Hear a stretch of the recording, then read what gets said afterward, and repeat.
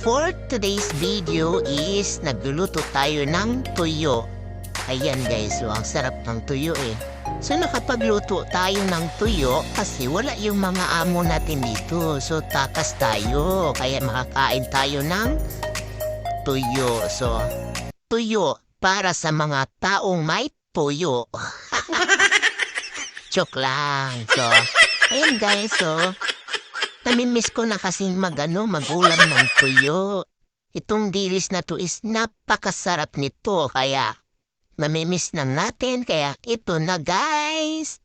Nakaligtas tayo sa mga tao ditong masilan sa amoy. So ayan, wala kasi sila dito, kaya ang sarap ng kain natin ito.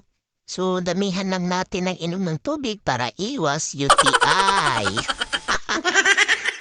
So, thank you guys. So, yan lang po guys, iwas amoy, ayan, tagahigot ng amoy. Ayan. Ayan lang. Bilisan na natin kasi baka darating na sila. Ayan. So, thank you, thank you.